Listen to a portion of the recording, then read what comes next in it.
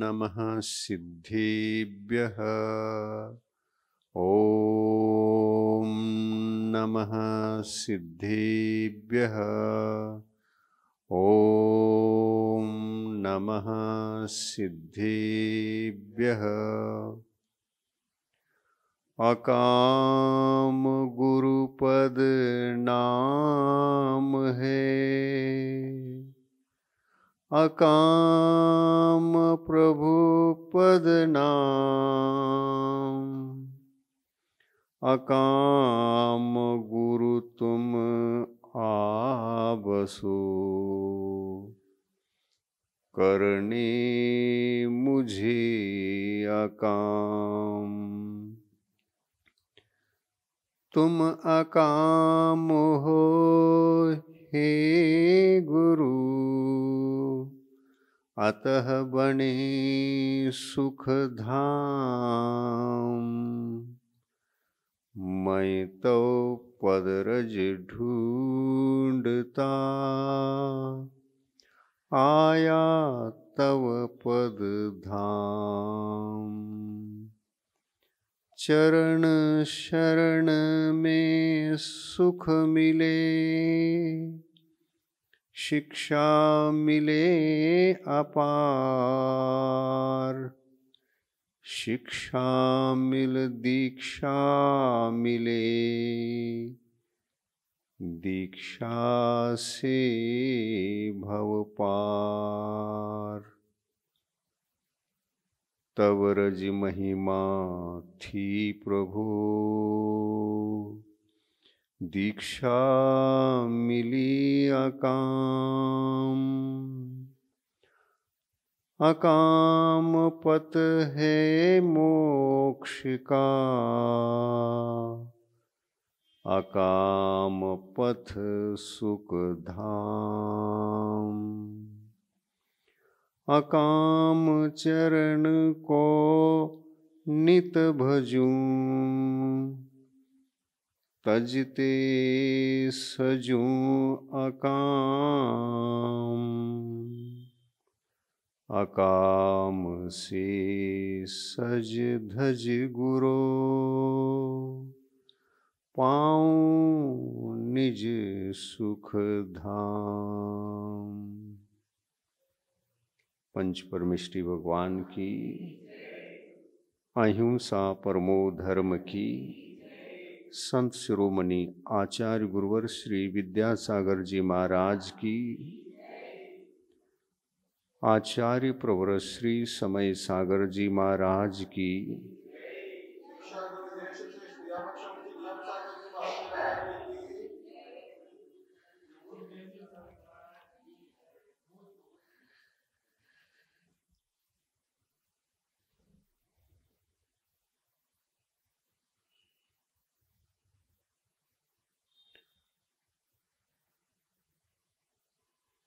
अंतरात्मा से परमात्मा बनने हेतु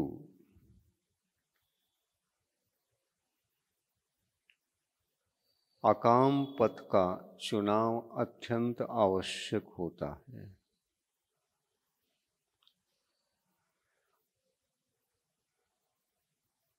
चुनाव अकाम का होता है, किंतु जीवन इतिहास की दृष्टिकोण से देखें,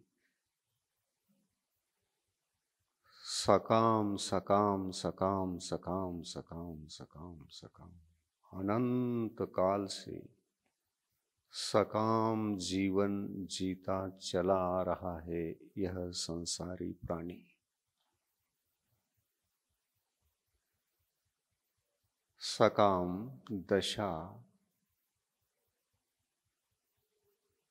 आत्मा का एक रोग है, एक व्याधि है, एक पीड़ा है, एक चिंता है, एक दुख है, एक अशांति है, एक हिंसा है।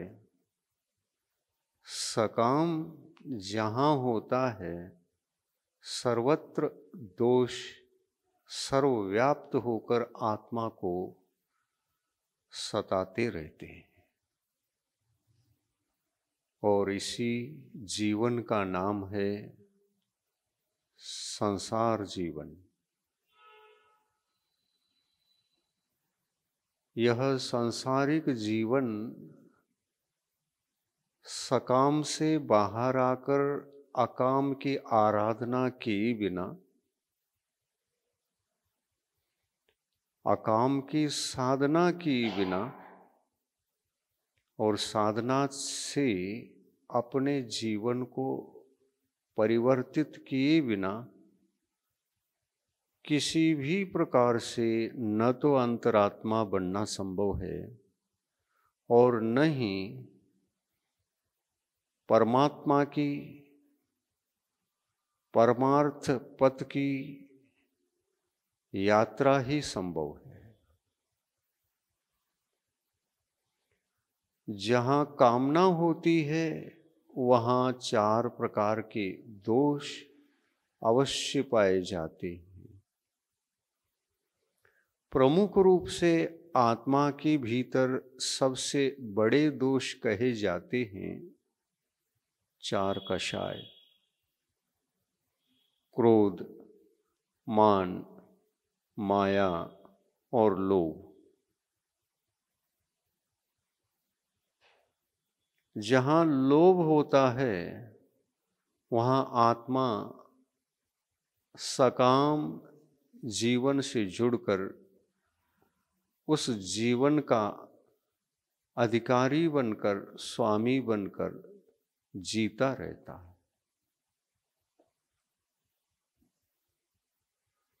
लोभ पाप का बाप बखानो। आत्मा का सबसे बड़ा दोष अगर कोई है, टॉप लेवल का दोष और अत्यंत अहितकारी, आत्मा का अहित करने वाला सबसे बड़ा दोष अगर कोई है तो वह लोभ कषाय है। इससे बढ़कर हम किसी दोष को बड़े के रूप में सोच भी नहीं सकते और उसको ढूंढ भी नहीं सकते। लोभ को जीतना, यह लोभ ही आत्मा को सकाम दशा में लेकर सारे दोषों की उत्पत्ति में मूल बनकर बसा हुआ होता है और यही आत्मा की वैभाविक परिणति है। यही विभाव परिणति है, यही वैभाविक परिणति है, यही अशुद्ध परिणति है, यही बहिरात्मपने का लक्षण है। जब हम बहिरात्मा कहते हैं किसी जीव को, तो वहां पर लोभ के 4 भेद हो जाते हैं।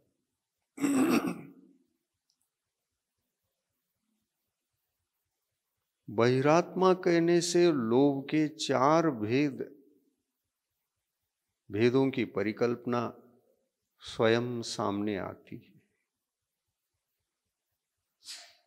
क्योंकि लोभ कभी भी एक ही प्रकार का नहीं होता, उसकी कुछ जातियां हैं, कुछ वैरायटी है और एक दूसरे में बहुत बड़ा अंतर भी उसके साथ हुआ करता है।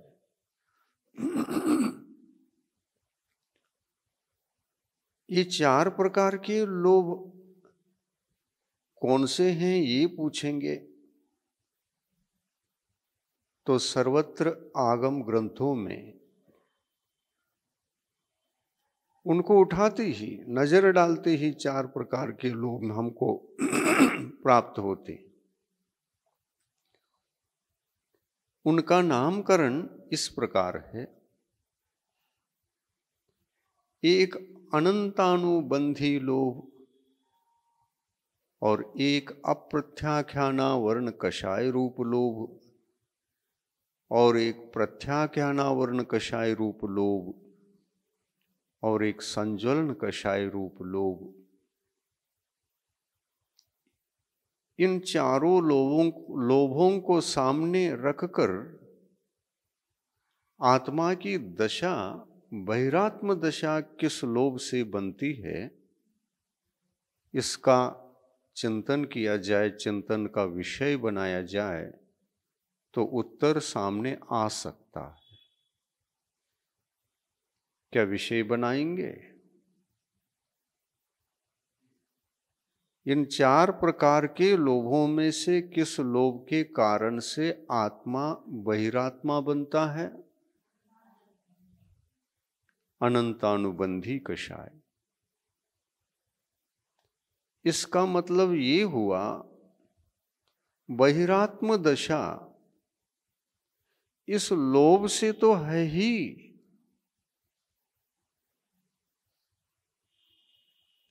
लेकिन एक और है, उससे भी आत्मा बहिरात्म दशा में जीवन जी सकता है। उस ओर भी ध्यान जाना आवश्यक है। वह क्या है? तो यह अनंतानुबंधी कषाय। कषाय है, लोभ रूप है, राग रूप है। लोभ को किस में शामिल करेंगे, राग में या द्वेष में? राग रूप है। अनंतानु कषाय संबंधी राग, वह जो स्वयं आत्म प्रदेशों से बंधना नहीं चाहता और उसके पास बंध स्वयं होने की योग्यता भी नहीं है, लेकिन बंध प्रत्यय अवश्य। बंध का प्रत्यय कहला करके भी स्वयं नहीं बंध सकता और दूसरे की सहायता के बिना वह आत्मा के प्रदेशों के आसपास फटक भी नहीं सकता। ऐसा कर्म भी एक कर्म है जिसका नाम है दर्शन मोहनी कर्मों में 3 प्रकार के जो दर्शन मोहनी के कर्म हैं, उनमें से प्रथम नंबर का मिथ्यात्व प्रकृति, और इस मिथ्यात्व प्रकृति को तोड़ तोड़ कर चोट पहुंचाकर कौन, जिनका ध्येय बदल जाता है, जिनका ध्येय बदलकर कौन सा दे, मुझे अनादिकाल से बहिरंग यात्रा, बहिर्मुखी यात्रा करके कुछ मिला नहीं है, अब मुझे अंतर यात्रा करना है। अंतरंग आत्ममुखी होकर आत्मा की यात्रा करना है। बहिर्मुखी यात्रा का ध्येय बनाकर अनादिकाल से उस जीवन को जिया, कुछ मिला नहीं। क्या नहीं मिला? वास्तविक सुख मिला नहीं। कौन सा सुख? वास्तविक सुख नहीं मिल पाया, और इसलिए विचार करने को बाध्य होना पड़ा। मैं वास्तविक सुख को ढूंढता ढूंढता यहां आया, लेकिन इसमें वास्तविकता दिख नहीं रही है।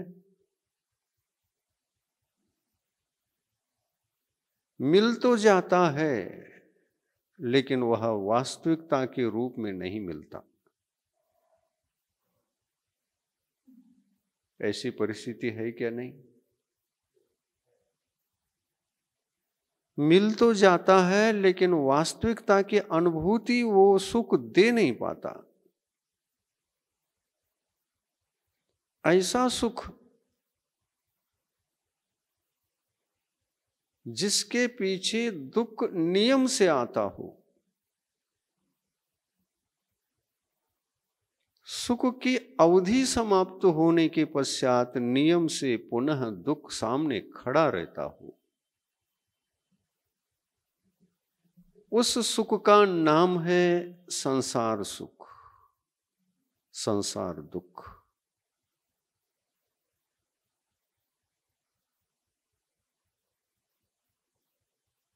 एक लेफ्ट हैंड और एक राइट हैंड, एक ही हैंड नहीं है वहां।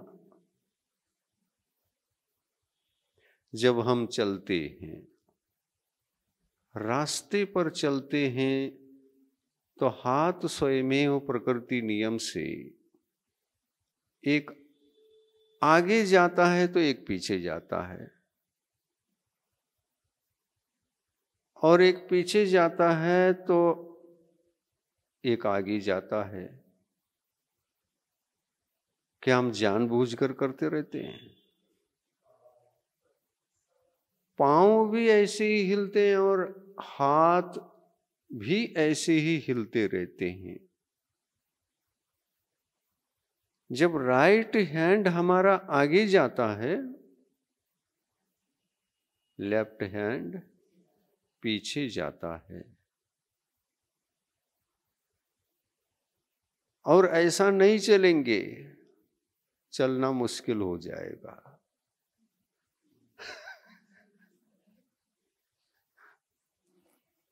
चल के देख लो।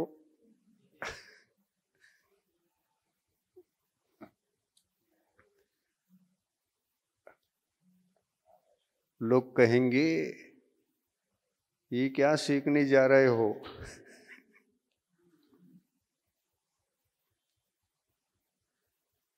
क्या कर रहे हैं? व्यायाम तो नहीं कर रहे।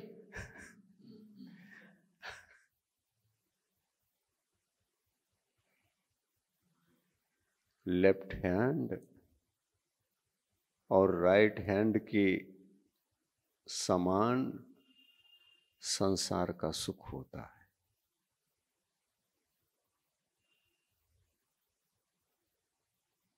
लेफ्ट हैंड को दुख कहो, राइट हैंड को सुख कहो।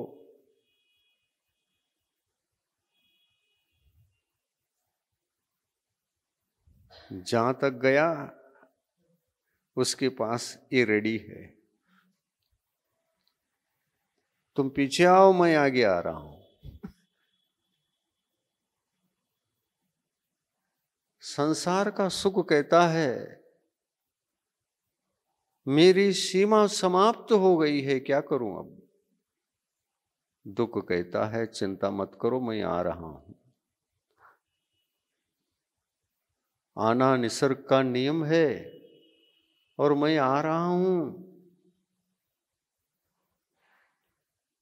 तुम्हारी अवधि जहां समाप्त हो जाती है, वहां से तुमको नीचे गिरना पड़ेगा। और नीचे गिरना उठना, गिरना उठना, गिरना उठना तुम्हारा भी स्वभाव है और मेरा भी स्वभाव है।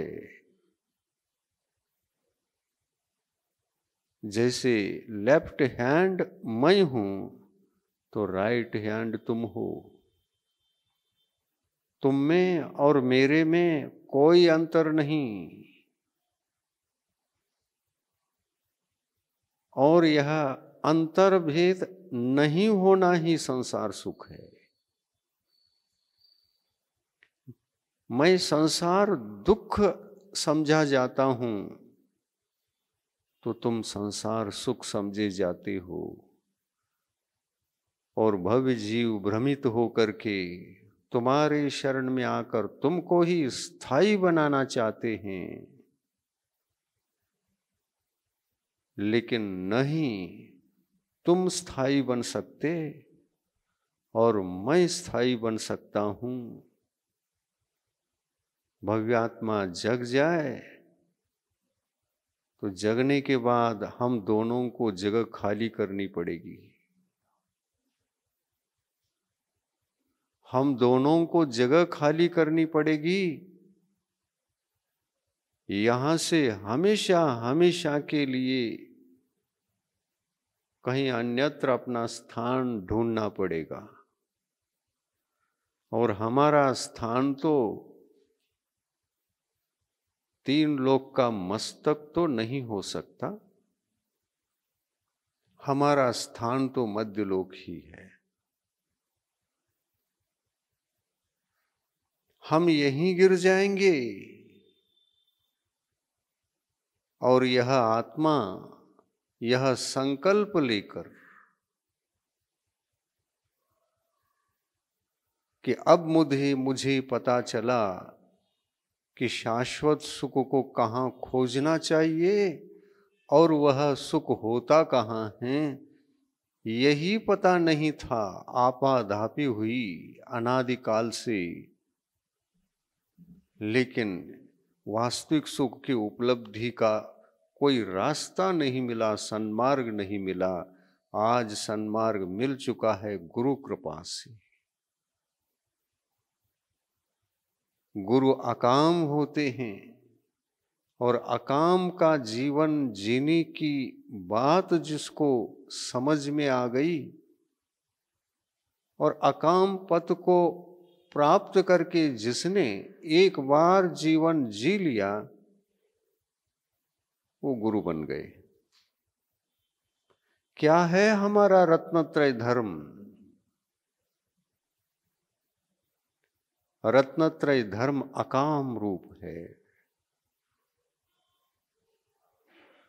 रत्नत्रय धर्म के साथ न तो मिथ्यात्व का संबंध है, न तो अनंतानुबंधी लोभ का संबंध है, और न ही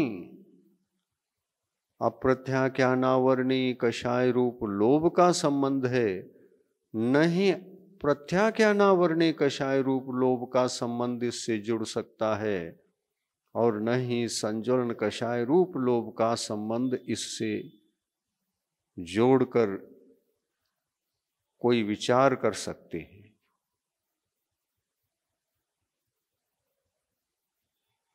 मोक्ष मार्ग है क्या? रत्नत्रय स्वरूप धर्म यह क्या है, ये पूछो। रत्नत्रय स्वरूप धर्म ये चारों प्रकार के लोभ कषायों को गिराने का, इनको जीतने का ही धर्म की साधना का नाम है रत्नत्रय धर्म। यह लोभ दिगंबर अवस्था में आकर सर्व परिग्रह त्यागी होने पर भी एक आदर्श साधक होने पर भी वह कहता है, लोभ कहता है, मैं आपका साथ छोड़कर एकाएकी नहीं जा सकता। आत्मा से कहता है, जिस आत्मा ने दिगंबर अवस्था को धारण करके गुरु अवस्था में आकर धर्मात्मा बनकर धर्म की यात्रा कर रहा है, अंतरात्मा बने हुए हैं, परमात्मा बनने के लिए तरस रहे हैं, उनसे भी चौथे नंबर का यह लोभ कहता है एकाएकी मैं आपका हाथ नहीं छोड़ सकता, हाथ और साथ दोनों नहीं छोड़ सकता।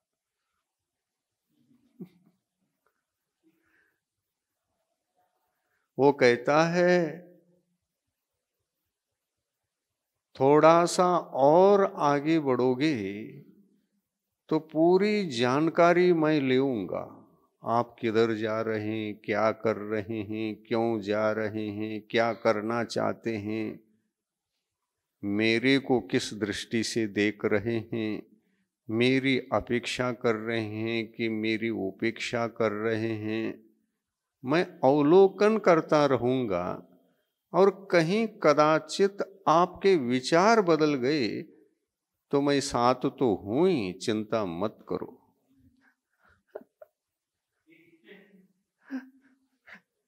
मैं साथ तो हूं ही, चिंता मत करो।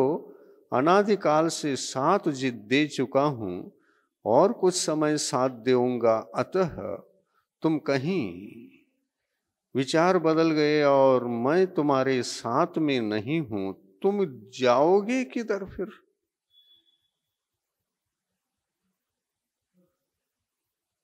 मुझे दौड़ दौड़ कर आना संभव नहीं है, इसलिए साथ में हूं। तुम आगे बढ़ा और मैं पीछे रह गया, तो जितना पीछे रह गया वहां से पुनः वापस आपके पास आना, ये मेरे पास तो क्षमता नहीं है।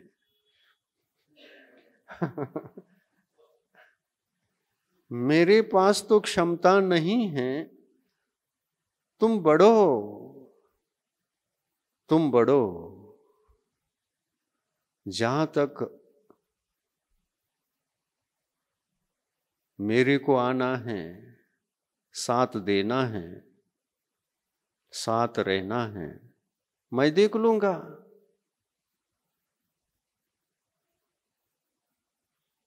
मैं तुमको भी देखूंगा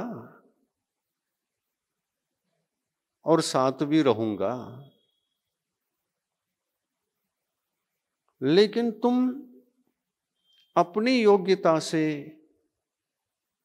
जब यह पुरुषार्थ करोगे और मुझे बताओगे, चलो अब तो मैं आगे जा सकता हूं,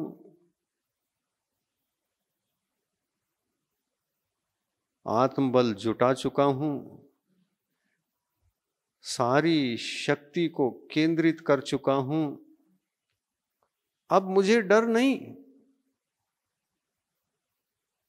कोई भय नहीं। मैं अकेला अब आगे बढ़ सकता हूं। जब वह अकेले ही आगे बढ़ने की क्षमता को जुटा लिया होता है तो वह कहता है, हां जरा ठहरिए। कब तक ठहरूं? ज्यादा की जरूरत नहीं। जिस मुकाम पर हम आए हैं, अंतर्मूर्ति यहां बैठेंगे, आराम से बैठेंगे। मैं आपसे चर्चा करता हूं, तुम हमसे चर्चा करो। थोड़ी सी अंतर्मूर्त के लिए चर्चा भर हो जाए और दोनों खुशी खुशी के साथ थैंक यू, थैंक यू। आप जा रहे हैं? हाँ हम जा रहे हैं। वह लोभ कहता है, अनादि अनंत काल तक मैं आपके पास अब नहीं आ सकता। शाश्वत समय के लिए विदाई, विदाई, विदाई।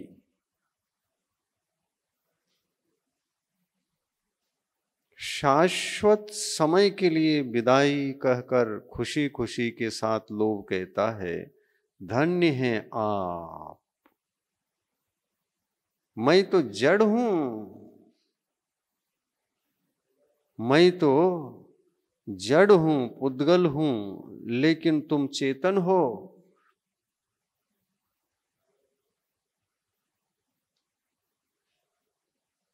जड़ होने के कारण मेरी भी क्षमता यहीं तक आपके साथ थी।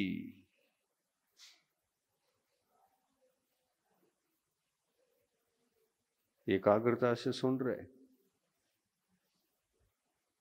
कहानी है आत्मा की और लोभ कषाय की, कहानी है सकाम दशा की, और कहानी है निष्काम दशा में यात्रा करने वाले आत्मा की।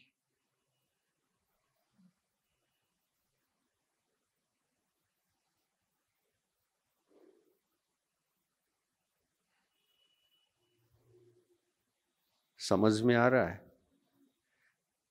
आ रहा है? क्या समझ में आया?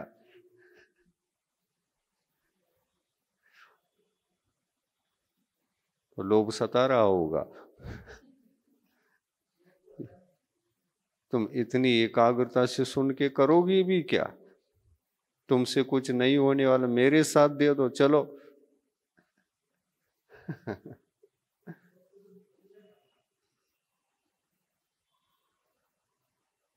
लोभ कषाय लोभ का काम करता है, उसका लक्षण ही लोभ, लुभाना, संसारी आत्मा को लुभाना, अज्ञानी आत्मा को लुभाना। जो अज्ञान दशा में होता है उसी को लुभा सकता है, ज्ञान दशा को प्राप्त करने के उपरांत उसको कोई लुभा नहीं सकता।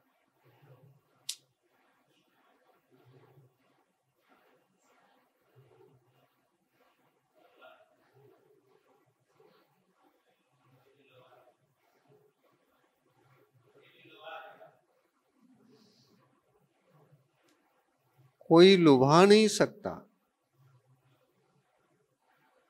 ज्ञानी आत्मा को लोभ अपने चपेट में ले सकता है,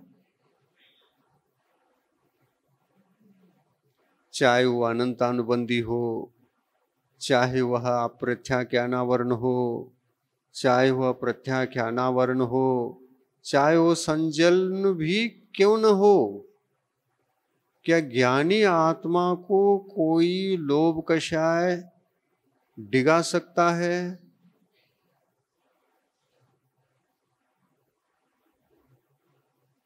तो कमी किसकी है? आत्मा की कमी है या कर्मों की कमी है? कई लोग कहते हैं कि आत्म कल्याण करो ना, दीक्षा ले लो। महाराज, हमको लोभ छोड़ता ही नहीं है। लोभ छोड़ता नहीं, मतलब लोभ ने गच पकड़ा इनको। लोभ किसका? लोभ कर्म का या आत्मा का या दोनों का? लोभ कर्म का या आत्मा का या दोनों का? किसका?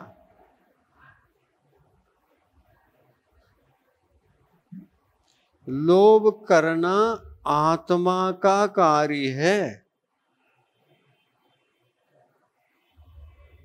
लोभ कराना कर्म का कार्य नहीं। लोभ आत्मा को कुछ कराता नहीं। आत्मा करना चाहे तो सहयोग देने के लिए, उपयोग के उदय के रूप में वह सदा उपस्थित रहता है।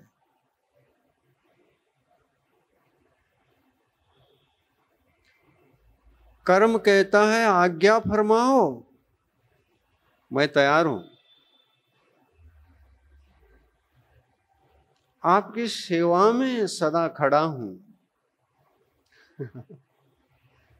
आज्ञा फरमाओ, जब तुम पुरुषार्थ करोगे तो हम साथ देंगे। तुम्हारा पुरुषार्थ तुम्हारे पास नहीं है तो मैं आपकी सेवा में उपस्थित एक सेवक, हम चेहर पर आराम से बैठे रहेंगे। हम कहीं नहीं जाएंगे, हम 24 घंटे आपकी सेवा में उपस्थिति में हैं।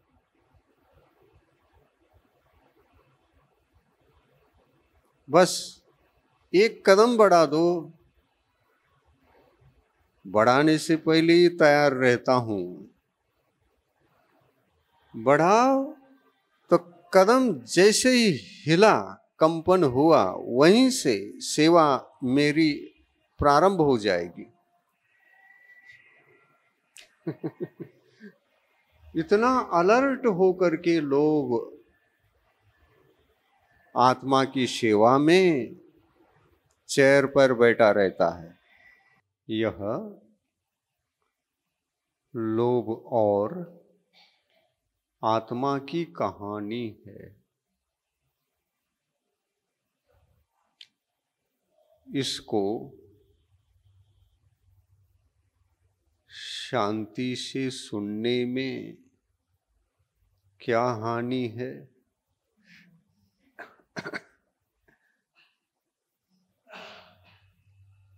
लेकिन बीच बीच में वारात आ जाता है, यह भी लोभ के कारण से ही आया। संसारी जीव इसने स्वयं के पुरुषार्थ से लोभ का साथ दिया और लोभ ने भी आत्मा को साथ दिया। अन्यथा आत्मा साथ न देता तो बारात ही नहीं निकलता।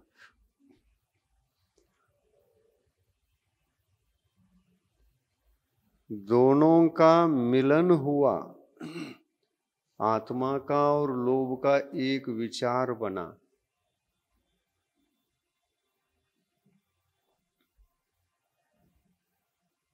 बारात रात,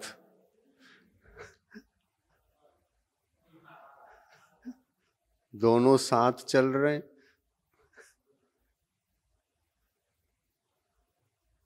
रात भी है और बारात भी है।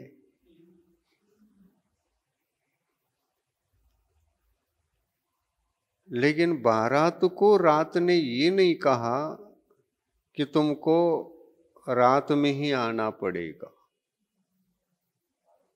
नहीं तो रास्ता नहीं छोड़ूंगा।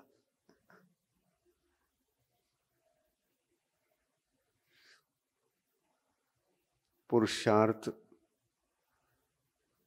रात में करना है या दिन में करना है, यह निर्णय किसका? स्वयं का, आत्मा का। आत्मा का नहीं, आत्मा आत्मा का, दो का, दो पक्ष का, वर पक्ष का और दोनों पक्ष का।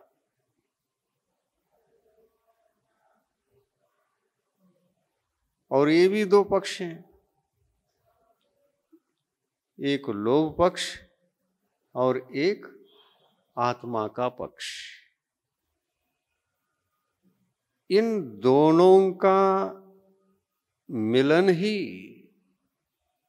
विवाह है। विवाह का दूसरा नाम संसार।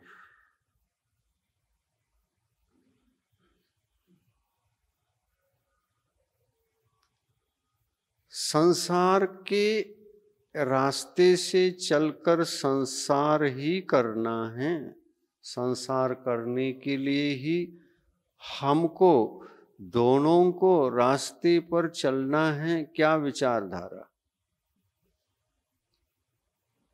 चलना है ना? तो ना, हाँ तो हाँ, पहले से तय होता है। तब उधर से भी आते हैं और इधर से भी आते हैं। तब विचारधारा एक होने पर कहीं बारात शुरू होती, लेकिन विचारधारा एक की तैयारी नहीं है तो बारात किसकी?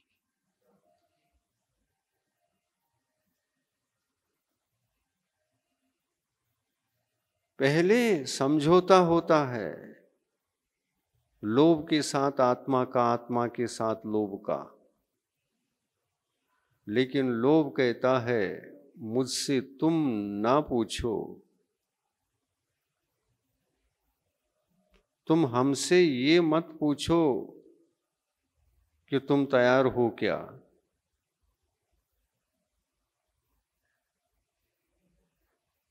वो क्या कहेगा? नहीं, तुम सर्वाधिकारी हो, तुम चलोगे तो मैं सेवक के रूप में सदा ही उपस्थित हूं।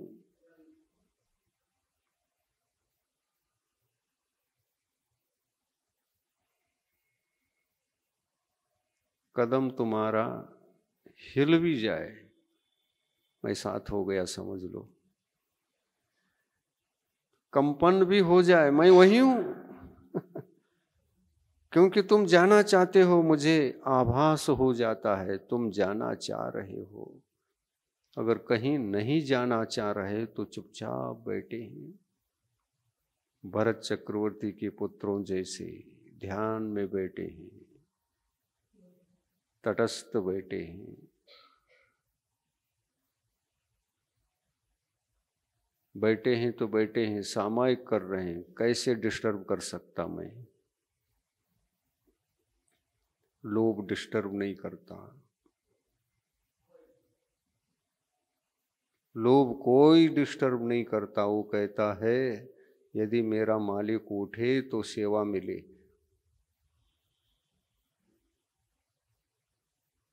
अन्यथा मेरा मालिक नहीं उठता है, मैं जबरदस्ती उनको उठा नहीं सकता। उन पर डिपेंड है, उठेगा या नहीं उठेगा मैं कैसे कहूं। और यदि नहीं उठा तो गुरुत्वाकर्षण का पार करके वो परमात्मा बन जाएगा और यह लोभ कुर्सी पर ही बैठा रहेगा।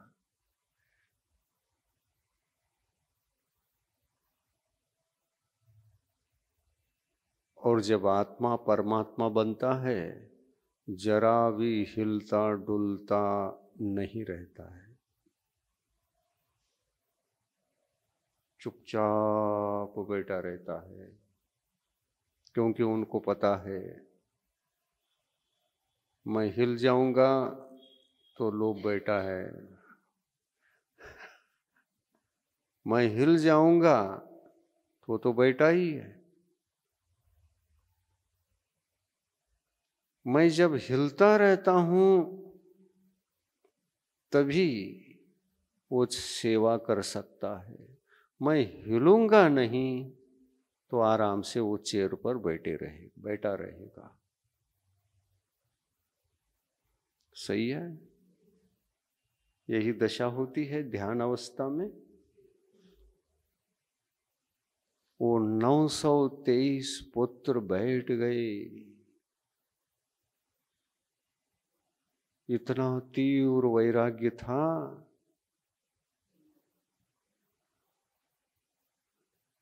कि परिग्रहधारी असंयमी जीवों से बोलना ही बंद कर दिया। हम बोलेंगे तो केवल दिगंबर अवस्था के धारी रत्नत्रय धारी दिगंबर मुनि से ही बोलेंगे। और दिगंबर मुनि तो लोभ की चर्चा ही नहीं करते,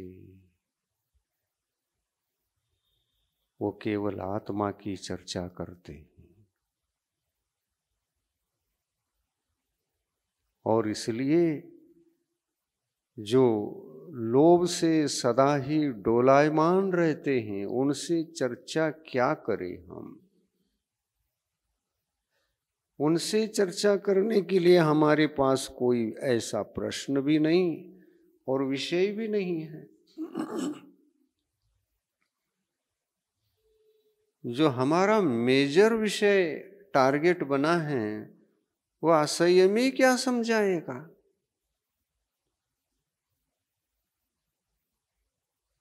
और इसलिए हम उनसे मोल ले लेते हैं और सारभूत चर्चा जिनके पास है वो मिले तो सारभूत ही चर्चा करेंगे, और नहीं मिलते हैं तो कोई बात नहीं, मौन का निर्वाह तो करते ही रहेंगे। नहीं बोले, पिताजी से नहीं बोले,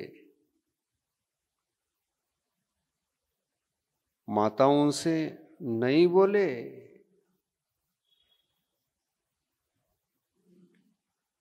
तुम माता हो अपनी जगह हो, पिता हो अपनी जगह हो, लेकिन हमारे लिए चर्चा के योग्य तो मुनि के अलावा कोई नहीं।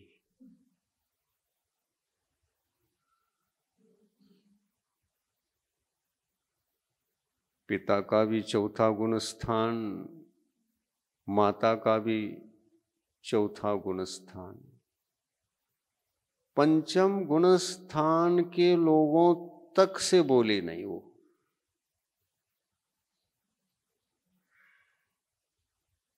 क्योंकि वो भी बात करेंगे तो मिक्स बात करेंगे, है कि नहीं? क्योंकि पंचम गुणस्थान का लक्षण ही वो है, संयमा संयम। तो संयमा संयमी जीव भी सामने आ जाए, ऐसे मिक्स बात करने वालों से भी हम नहीं बोलेंगे। केवल प्योर धर्म की चर्चा करने वालों से ही हम बोलेंगे, और जो प्योर धर्म होता है उसकी अनुभूति चिंतन मनन विषय जिनके पास है उन्हीं से बोलेंगे। कितना अखंड संकल्प,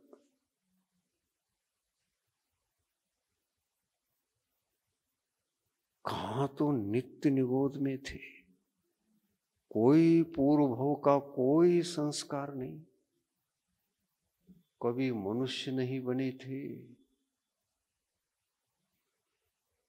कभी देव नहीं बने थे, कभी तिर्यंच गति के अन्य पर्यायों में स्थावर पर्यायों में घूमे नहीं थे,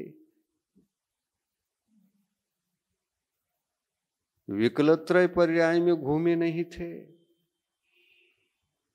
पंचेंद्रिय पर्याय में तो आए ही नहीं, कभी कहीं भी गए नहीं थे, नित्य निगोदी थे।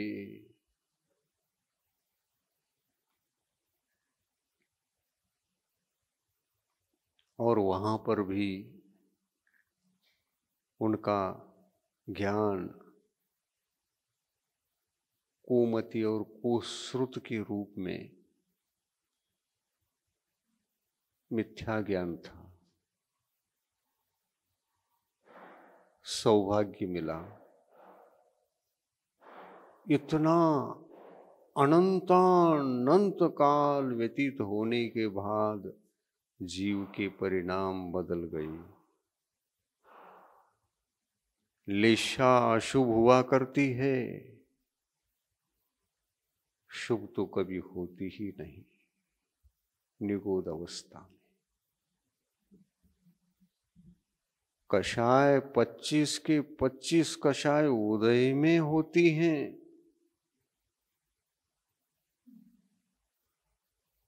एक भी कषाय का उपशमन आदि कार्य उस पर्याय में संभव ही नहीं। दर्शन मोहिनी भी है तो एक ही प्रकृति है, तीन नहीं है वहां। मिथ्यात्व का उदय है, 25 कषाय और एक मिथ्यात्व, 26 का उदय है।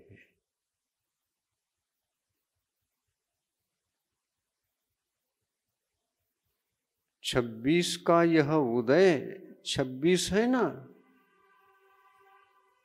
2 और 6 26, 2 + 6 8, आठों कर्मों को बुलाने में ये 26 सक्षम है। आश्रव कराने में, बंद कराने में ये 26 प्रकृति आठों कर्मों को निमंत्रण देने की हम क्षमता रखते हैं। ये अंक भी, टोटल संख्या का अंक भी यही बता रहा है।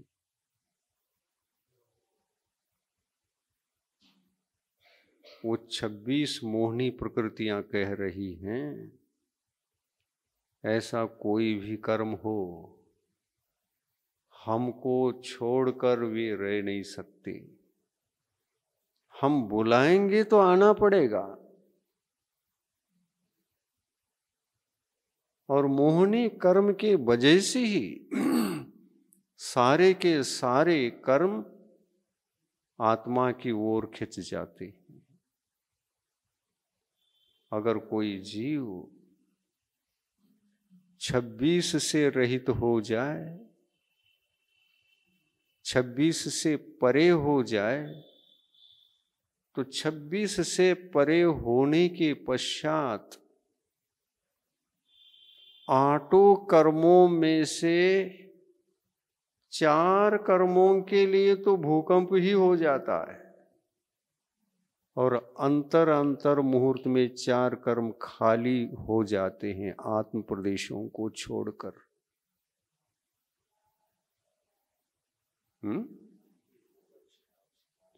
मोह क्षयास ज्ञान दर्शनावरणांतराय क्षयाच्च केवलम। मोहिनी कर्म ने जगह छोड़ दी तो सिर्फ अंतर मुहूर्त में ज्ञानावरण के 5, दर्शनावरण के 9, अंतराय के 5, उत्तर भेद के रूप में ये 5, 5, 9 और कुछ ऐसे 16 प्रकृति आघाती कर्म के भी नाम कर्म के अंतर्गत आने वाले भी। मोहिनी कर्म ने जगह खाली कर दी तो आघाती कर्म को भी धक्का लगता है, घंटी बज जाती है। चलो तुम लोगों में से जो कुछ लोग हैं खाली हो जाओ। घाती कर्म तो अंतर मुहूर्त के भीतर खाली हो ही जाते हैं, लेकिन आघाती कर्म में जो कुछ जिन प्रकृतियों को खाली होना है, वे कुछ प्रकृतियां मोहिनी कर्म के खाली होने के साथ वे भी खाली होते हैं।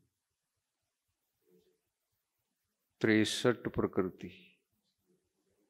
हाँ हाँ, ये 47 हो जाते हैं। 47 प्रकृतियां घाती कर्म हैं, तो 47 कैसे? मौनी कर्म के 28, अंतराय के 5, ज्ञानावरणी कर्म के 5, ये 10, दर्शनावरण कर्म के 9, 28, 5, 5, 9, 47। क्या 47 कर्म ही नष्ट होते हैं? नहीं, मोहिनी कर्म ने अपनी जगह खाली कर दी। तो नाम कर्म में से देखे 47 में 63 तक की संख्या को पूरी करने के लिए निकालो।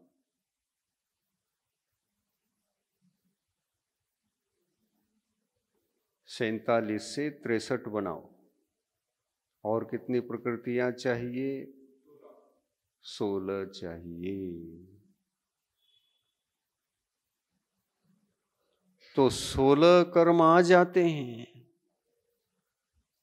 घाती कर्म के विनाश के साथ इनका भी विनाश हो जाता है, जगह खाली कर देते हैं। और तब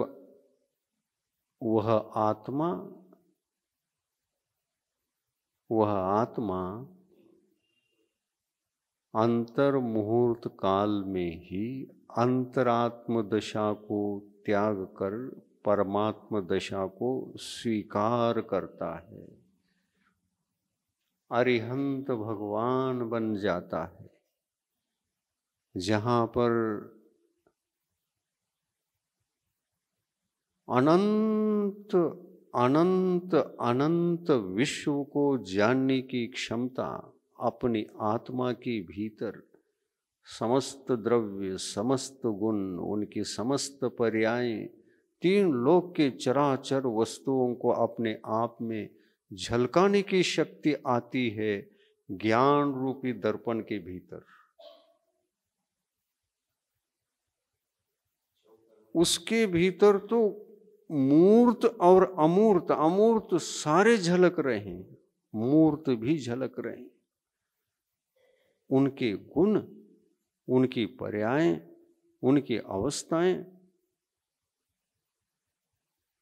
भूतकाल की अपेक्षा से भी देख लो, सबकी, वर्तमान की अपेक्षा से देख लो, सबकी, भावी काल की अपेक्षा से देख लो, सबकी एक साथ वह केवल ज्ञान जानने लगता है।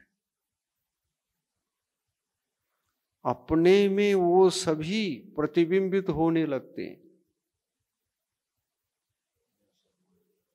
त्रैकालिक द्रव्य गुण पर्याय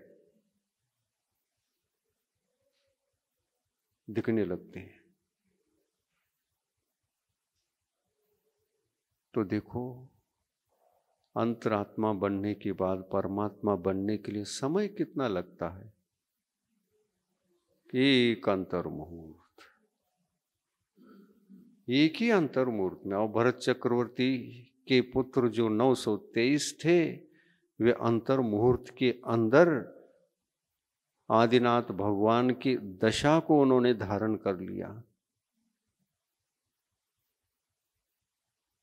आदिनाथ भगवान कौन थे उन पुत्रों के लिए? दादाजी थे।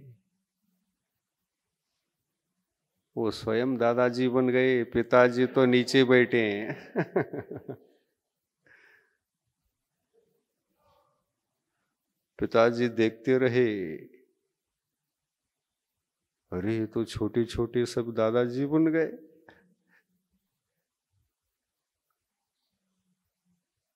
पिताजी ने जहां पर वे बैठे थे, जहां पर वो दिगंबर दीक्षा ले चुके थे, वहीं ध्यानस्थ हो गए।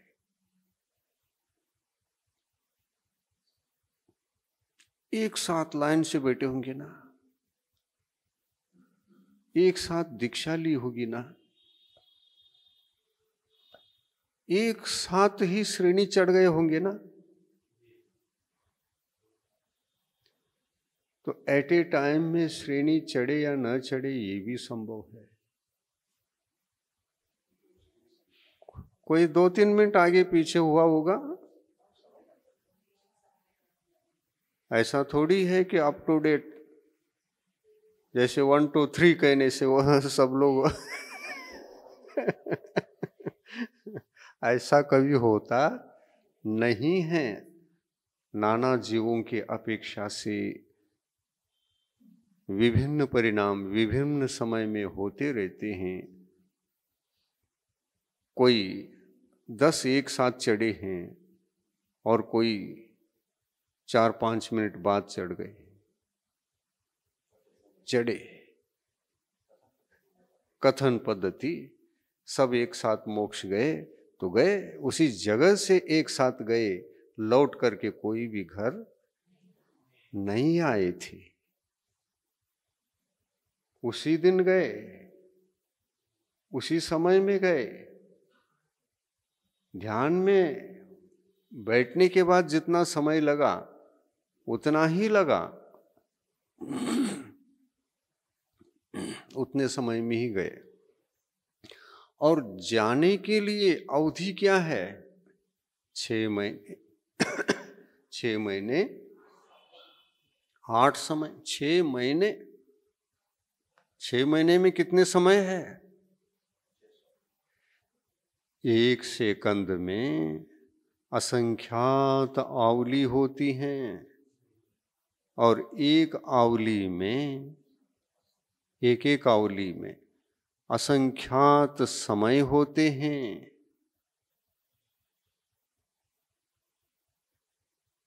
तो समय की कमी है क्या? लगातार जाना चाहे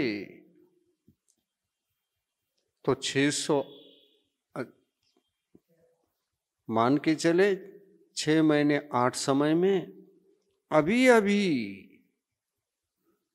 608 चले जा चुके हैं। अब नया 6 महीने 8 समय का समय उपस्थित हुआ है। यहाँ पर 923 बैठे जाने के लिए उम्मीदवार। तो 6 महीने 8 समय में ये क्या 923 सभी जा सकेंगे? नहीं सकेंगे। उसमें से 608 तो जा सकते हैं। और उतने अगर गए तो इनको 6 महीने तक प्रतीक्षा करनी पड़ेगी। ऐसा किसी को हुआ नहीं है। 6 महीने तक बैठे रहे कोई नहीं। सामयिक का जो काल था उसी समय में सभी गए। तो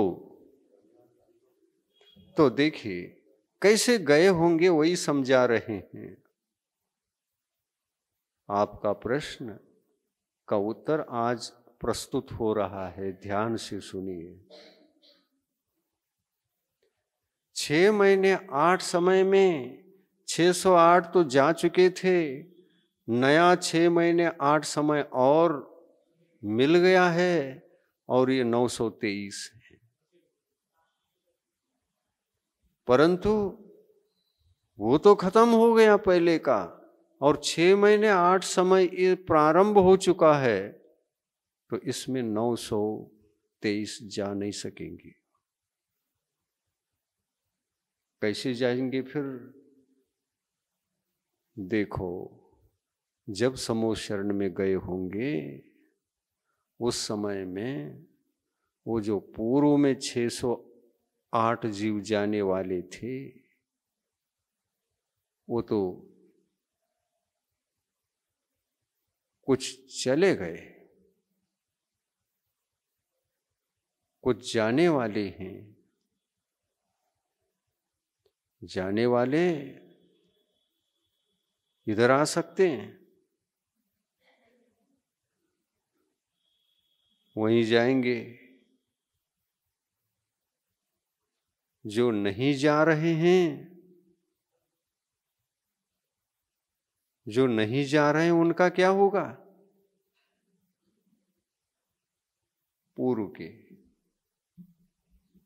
वो आगे बढ़ेंगे।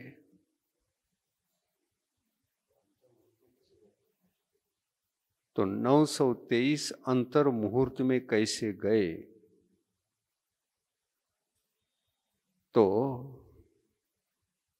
ये पिछले में जो 6 महीने 8 समय में 608 की संख्या पूर्ण नहीं हुई थी, और समय ही आकर के आगे में मिल गया, उस समय मिक्स हो गए, बॉर्डर पर मिक्स हो गए। समय आकर मिक्स हुआ। 608 सभी गए नहीं थे, समय आया, 608 की पूर्ति हो गई। उसमें ये भी गए, और पहले भी जो जाने वाले थे कुछ, उसमें से वो भी गए। ऐसा हो सकता है कि नहीं?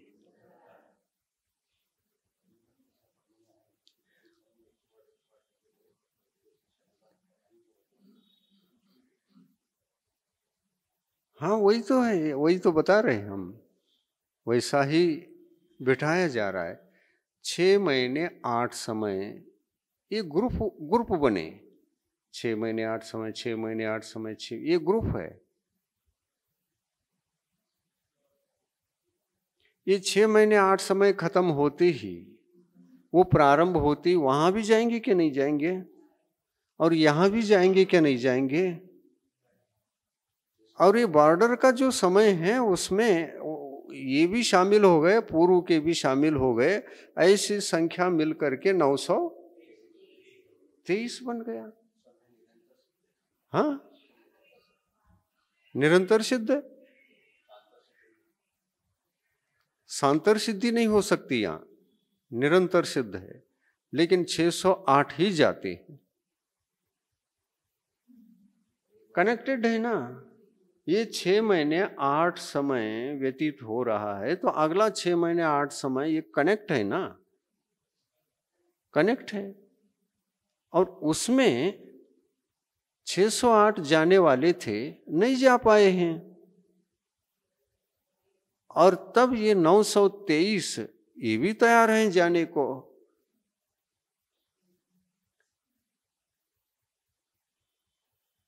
और वहां पर जो जाने वाले थे वो नहीं गए, और ये यही चले गए। कोई नहीं जा रहा है तो हम 923 चलते। समय पर गाड़ी आई, रेलगाड़ी, और रिजर्वेशन भी था। और रिजर्वेशन है और वो आए नहीं हैं, तो चलो हम लोग बैठते और हमको चांस मिल गया, तो दूसरों को चांस मिल जाता है, वो चले जाते हैं। और ऐसा तो नहीं कि 6 महीने 8 समय में कौन से 608 जीव जाने वाले हैं, ऐसा कोई उनको वो टिकट दिया गया है क्या, तुम अगले 6 महीने में जाओगे? नहीं, समय व्यतीत होता रहता है। 6 महीने 8 समय में 608 जीव मोक्ष जाते हैं।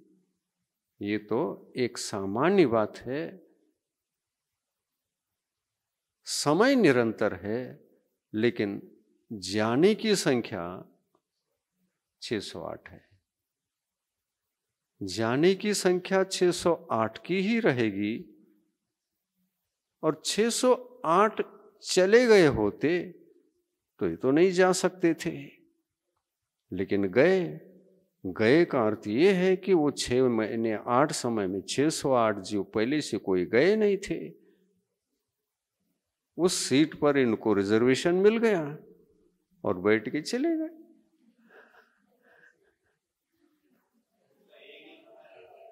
मिल गया उत्तर? हाँ। वहां सीट खाली थे ना? हाँ, एक ही रहा।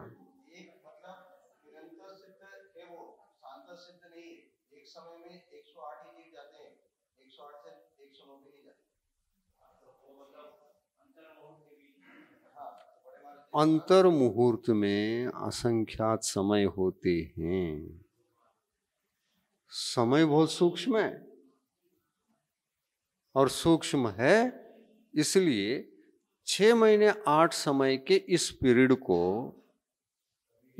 को कहां से कहां तक घटित करोगे? 6 महीने 8 समय के इस समय के भीतर समय को कन्वर्ट करके रखोगे असंख्यात असंख्यात असंख्यात असंख्यात असंख्यात, उसका कोई अंत नहीं आएगा।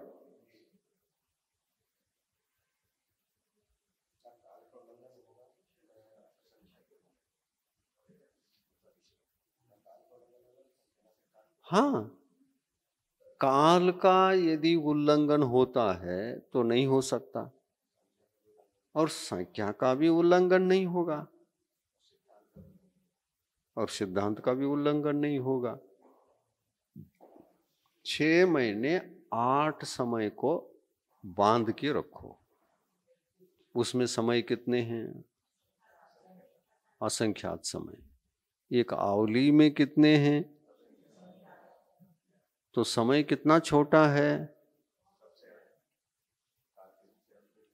तो समय बहुत छोटा है, और 6 महीने 8 समय ये कितना लंबा चौड़ा है?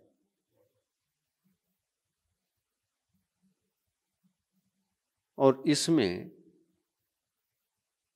6 महीने 8 समय के अवधि में इतने बड़े समयों का ग्रुप है, लंबा चौड़ा लाइन है, उसमें 6 महीने 8 समय में 608 ही जीव जाएंगे।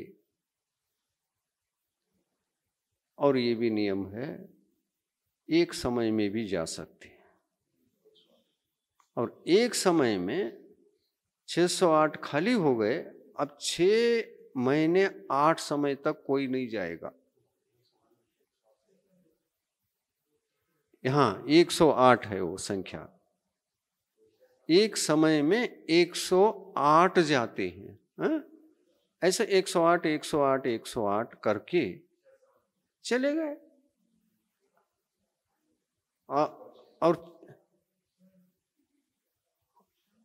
और पूर्ति हो गई जीवों की।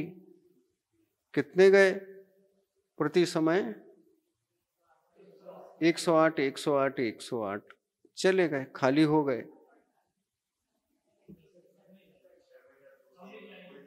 अधिक से अधिक मतलब मैक्सिमम। हाँ 108 ही बैठेंगे, 108 सीट रहते हैं।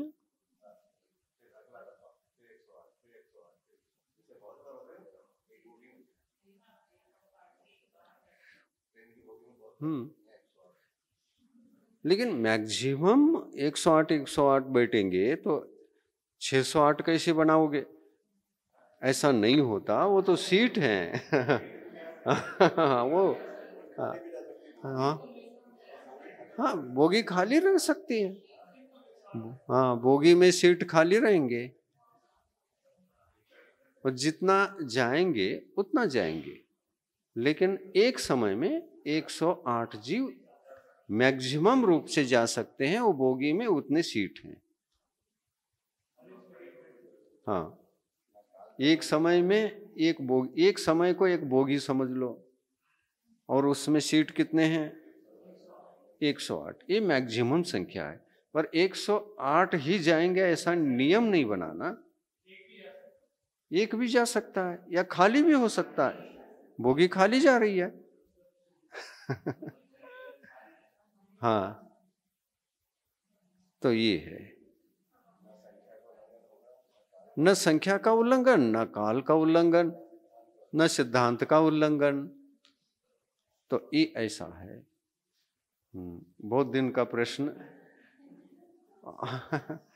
वो अवसर ही नहीं आया ना।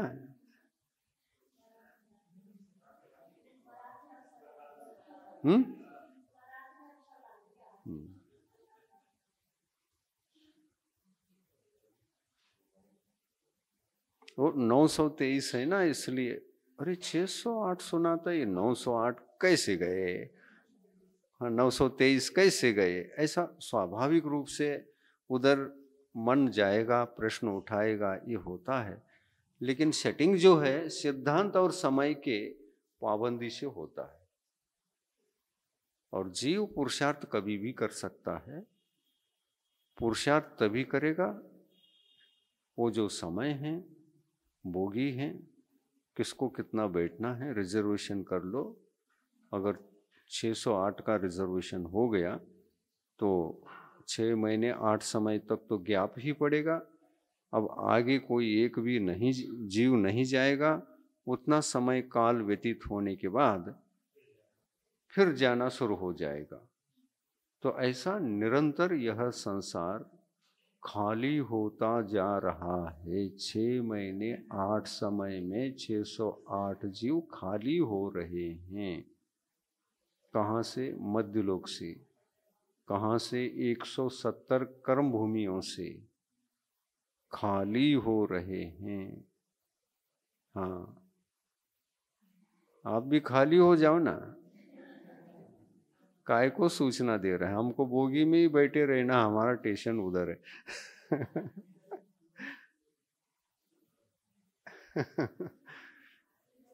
प्रभु देव तुम्हारे पवित्र मुख से निसृत जो शीतल वाणी, जग जन मन के मल को धोती कहाती जिन वाणी।